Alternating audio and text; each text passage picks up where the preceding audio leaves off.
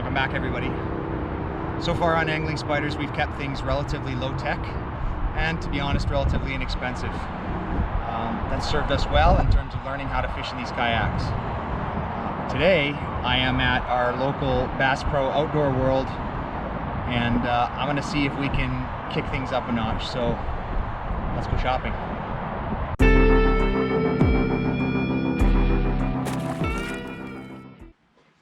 Welcome back, everybody. I did intend to film some more footage in the parking lot at the Bass Pro Shops, just to show you guys what I picked up. But in typical fashion here for Alberta lately, the wind picked up and it started raining. And so I am here in my backyard the next day. So far for our kayaks, as you guys know, we've put on some relatively cheap modifications to get us ready for fishing. But I've decided at least to ratchet it up a little bit, and so what I picked up yesterday was this, a Garmin Striker 4 fish finder that I'm going to install today. So before I get to today's installation, I do want to talk a little bit about our previous modifications. Going all the way back to episode 2 was when we put these modifications on our Pelican Mission 100s. That included the forward rod holder, the paddle clip, the anchor cleat, and a rear rod holder. Since that time, we've had some questions about how we installed them and what we used, and we realized that because we time-lapsed that video and we were quite a distance away from the kayak when we filmed it, there's probably some additional information that we can provide. So just before I get started on today's project, I'll talk a little bit about some of the previous modifications. So if any of you are planning on putting any attachments or modifications on your Pelican Mission 100 kayak, there's a couple of things to consider. If you're going to put anything on the front of the kayak in front of the seat, it's a lot easier. And that's because obviously you've got open access, and so you can reach underneath. So for things like our paddle clip and our forward rod holder, we were able to use bolts with nuts. It's quite easy then to simply drill some holes, as we've done for the forward rod holder here, put the bolts through, cinch it up with some nuts, and then surround it with some marine grade silicone. This becomes a lot more challenging if you want to do any changes behind the seat. And the reason for that is in these Pelican Mission 100 kayaks, both the 2019 and 2020 version, they have sealed that area and you can't easily access it. If you look here at the side, you'll see that there's a foam insert. That foam insert is attached by this clip right here and can't be removed, at least not very easily, and we didn't want to. That means that any modifications that you do behind the seat are going to require you to use screws as opposed to bolts. And that's exactly what we've done here for our rear rod holder, and for our anchor cleat, we've used self-tapping screws. In this case, because we wanted it more secure, we put marine grade silicone in the actual screw holes and around the screws, screwed them in really tight, and then also sealed the outside with marine grade silicone. These have now been on here for a year. We've been using them heavily and they haven't loosened at all. And so that method worked pretty well. Last step here before we get to installation, I will go over what comes in the box for the Garmin Striker 4 fish finder, and also talk about some of the other materials that we're going to need today for installation. So obviously what comes in is the fish finder itself. It's got a mount that we have to install onto the kayak. Once installed, fish finder clips into it. We've got the transducer with the plug that attaches directly to the fish finder. We're going to have to mount this transducer on a transducer arm that we're going to put over the side of the kayak, and I'll show you what I picked up to do that in a second, because mounting the transducer for a fish finder in a kayak is one of the most challenging parts. I've done a lot of research on this, and there are a lot of people who will mount their transducer inside of their kayak in a clay well or a foam well filled with water. Challenge with that is it can create air bubbles if your water leaks out, and then your transducer is not going to work properly. So my preferred method is to get it in the water where it's supposed to be. In order to do that, I picked up a transducer arm on Amazon. The other thing that comes in the box for the Garmin is the power cable. The wires on the power cable are bare, and these need to be hooked up to a power source. In my case, I'm going to be hooking it to a 12-volt battery. So I'm going to have to put some ends on here so that it can be attached directly to the battery. Nice thing about the Garmin Striker is it comes with an inline fuse. You should open this up and check that the fuse is good before you use it, and that's a great feature to have. And so we'll be putting the ends on this as well, and I'll show that later. And then there's some miscellaneous hardware that goes along with installing the various parts. There's also some adapters that I won't need that are for a boat. So all in all, everything that I need other than the transducer arm. And speaking of that, what I decided to pick up was this. This is a transducer arm specifically made for kayaks that I picked up on Amazon. Clips off so that this is the only thing that's going to be attached to the kayak, so that I can take this off for storage. Sits on the side of the kayak, and once it's mounted it'll make a lot more sense. And the transducer, when it's installed, sits on the end. Now you'll notice here it's not a perfect fit, and so I'm going to have to put some spacers in there. That's relatively easy to do, just so that it fits snugly on both sides of the transducer arm. One thing that I will do this time that we haven't done in the past is I will put links to these products below in the description. So let's get to installation. So the first step of installation, before we start using anything, is to figure out where we're going to put both the transducer arm and the mount for the fish finder. The installation for these is actually relatively easy. I think the trickiest part of this whole process is to figure out where we're going to put them on the kayak. This is particularly important on a Pelican Mission 100 because you don't have a lot of space to put these attachments. And there's a number of things to consider. So let's go over our typical setup for fishing, and I'll show you some of the challenges. So what I've done here is I have put on our typical attachments for when we are out on the water. So I've put the paddle on, I've added the forward rod holder, I've put a rod in it in the typical trolling position. You want to do this because you want to have an idea of where these items are going to be when you're out in your kayak. I initially considered putting the transducer arm on the right hand side here, and then I very quickly realized that my paddle was going to be in the way. And in fact, there is no location on the right hand side of this kayak where I'm going to be able to install the transducer arm mount. So it has to be on the left side. Now, another thing to consider is that's not bad anyway, because a lot of the modifications that we've done so far have all been on the right side, and that's primarily because we're right-handed. So by shifting things over to the left side, not only are we creating a more balanced kayak from a weight perspective, but we're also doing a little bit more management in terms of where we're going to have our gear, how easily accessible it's going to be. When you're putting these things on, you want to make sure that if you're reaching for your rod, because you got to pull it out of your rod holder, that you're not going to be bumping into your equipment. When you're paddling, you don't want to be banging into it as well. So all of these things need to be considered when you're putting these additional mounts on your kayak.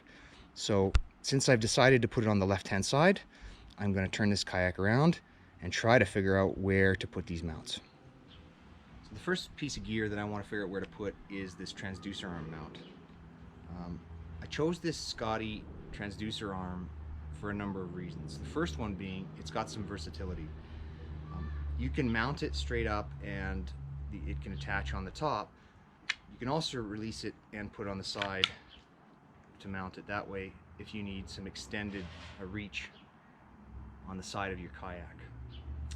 The release button is intended to be inboard, which is indicated here on the mount by an arrow. Another nice thing about this base is that there's a slight groove down the middle, and that's important on a Pelican Mission 100 kayak because there is not a lot of level surfaces. It's going to be really challenging to find a surface that's perfectly flat where you can put this transducer mount. The best place would be actually on the back here, right here, on the opposite side of the rear paddle holder. As I said before, I'm trying to avoid putting it on where I can't reach underneath and having to use self-tapping screws. The second thing for this is I actually want my transducer up near the front It will help from an accessibility standpoint for me being able to raise and lower the arm. It will also help from a cable management perspective. So the biggest challenge is, where can I put this thing that allows me to allow it to function properly and still be out of the way from the perspective of storage and also strapping it on top of our vehicles. So there's a lot to consider. Installation is really easy. It's got 4 holes. Drill 4 holes in your kayak, bolt it in, marine grade silicone around the outside, and you're done. Super easy to install. So it's all about where you're going to put this thing. So as I said, next step is simply drill the holes. Make sure you double check that you're happy with the location, because once you start drilling holes in your kayak, you've kind of made your decision. So once you're happy, like I said, relatively simple. Let's get to it.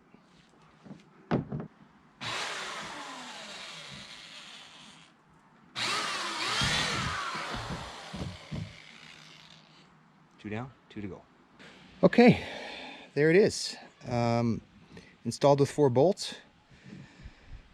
Tightened underneath, easy access. As I said, I'm using the side mount. Clips in, tight. I checked the fit. Fully adjustable. So as I said, when I want to raise the transducer out of the water, just lift it up, retighten it, and it's out of the way so that it's not dragging on the bottom when I'm in shallow water. I'm going to go back to fishing, raise it back down. The other thing is that the bottom here is fully adjustable, so if I need the transducer at a different angle or at a different depth, I can adjust all of these as well. At the moment, the depth is pretty good. I looked at the bottom of the kayak, and this would definitely be in the water, so that's not a problem. And I think the angle will work out fine as well. So that is the installation of the transducer arm mount. The only thing I have left to do on this one is to just put a bead of marine grade silicone around the outside, and this part of the project will be done. Okay everybody, the next step is to figure out where I want to put the fish finder, and similar to the transducer arm mount, there isn't a lot of places that I can put this. In fact, it's pretty limited. In a perfect world, I would want to put it in the cup holder, and it's unfortunate that Garmin doesn't make it fit perfectly into one of these cup holders, because that would be a great place. The challenge with that is my rod holder's there now and my rod's in the way, and so that's not a great location anyway. But if I was to plan this again in the future, I probably would have moved the forward rod mount a little bit over, and this is where I would put it. Because I could block it underneath and make it work in the cup holder. Because I don't have that option, I really only have 2 options if I want it close by. On the left-hand side, right next to the transducer arm mount, or on the right-hand side. The problem with the left-hand side here is when I go to reach for my rod, if I'm trolling, it's going to be right in the way. Yes, I can reach over it, but I think it's going to have to be here on the right-hand side. Again, I'm right-handed. I can still reach for my rod, and my rod pulls out to the left, so that will be out of the way. So I think I am going to find a way to mount it right here. Again, relatively simple installation. Drill 3 holes, bolt it to the bottom, and you're done. The nice thing about the Garmin Striker is, unlike the Scotty transducer arm mount, this one comes with the hardware. So I just finished telling everybody that the Garmin Striker came with hardware. This is a great reminder to always check very carefully what comes with the equipment, depending on what you're going to need. It does come with hardware, but after I just drilled the holes, I realized that what it comes with are self-tapping screws, which is fine. I'm going to use them, but I'll check how they hold up front here, and at some point I might replace them with bolts. But for now, I will use the self-tapping screws that came with the kit, and I'll get the mount installed. So there we go, everybody. I have simply just screwed down the mount for the fish finder using the self-tapping screws that come with the kit. It's installed, ready to use. The only thing left to do now is run the cables. I'm probably not going to run the cables and actually do any cable management this time, because I want to test this thing out and make sure everything's working and functioning, and that I can figure out exactly where I want the cables. For the time being, for our next fishing trip, I'll probably just wrap them around, maybe even up here. So the only thing I really have left to do is put the ends on the battery attachment, so that I can connect the Garmin to a 12-volt battery, which I probably will show on video, just because it doesn't come with those end posts. So that'll be next. So let's talk about this power cable that comes with the Garmin Striker for a second. As I mentioned before, it comes with pre-stripped wires. This is so it can be connected to a variety of power sources, including directly into your boat. It also has this blue and brown wire, and in the instructions it says this is for a data sharing cable, and if you're not going to use them, they should be removed. So I'm going to remove those and focus on the power. As I mentioned before, the red one has an inline fuse. You should check it. I did. Just snaps off and snaps back in. So the next step is to add the female connectors that are going to connect to our battery terminal. So the next step is that I've removed the wires that I don't need. I've now got my power cables, my red and black, and the next step is to add some female disconnects so I can connect the battery posts on the battery. I've decided to use some heat shrinkable ones. Basically what I'm going to do is slide them on the line, use a crimper to make sure that I crimp it tightly onto the wire, making sure that I'm matching the setting. These are 16/14s, and then I'm going to use my heat gun to shrink it, so just provide a little extra protection. And there's the final result. I have put the female disconnectors on the end of my wires, heat shrunk using a heat gun to the wires, and we are ready to test it out. So I will get all of this installed on the kayak. Well, everybody, here we go. This will be the final setup. What I've done is I've hooked up the 12-volt battery using the female disconnectors that I installed on the power cable. That is now running up to the power source for the Garmin fish finder, which you can see is now on and running. Of course, the transducer is not in the water, but it is working, which is fantastic. And the only thing I really have left to do is some cable management and building a box for the battery. Basically, the simplest way to do that, get a watertight container, which I just picked up from our local Canadian Tire. Make sure that it's going to fit your battery. To do that, I actually cut out a foam block that was exactly the same size as the battery, and I took it to the store. So this one fits perfectly. And then what I'm going to do is I'm going to put the battery inside here. I'm going to drill a hole so that the cable can go through, and then I will seal it up, and when the battery is inside, it will get tucked next to me here, sitting upright, so that it can run my fish finder. Then all I have to do, like I said, is deal with some cable management. I will likely do that later, but ultimately would like to run the cable along the side here. For now, I'm just wrapping the transducer cable around my forward rod holder. So that's it.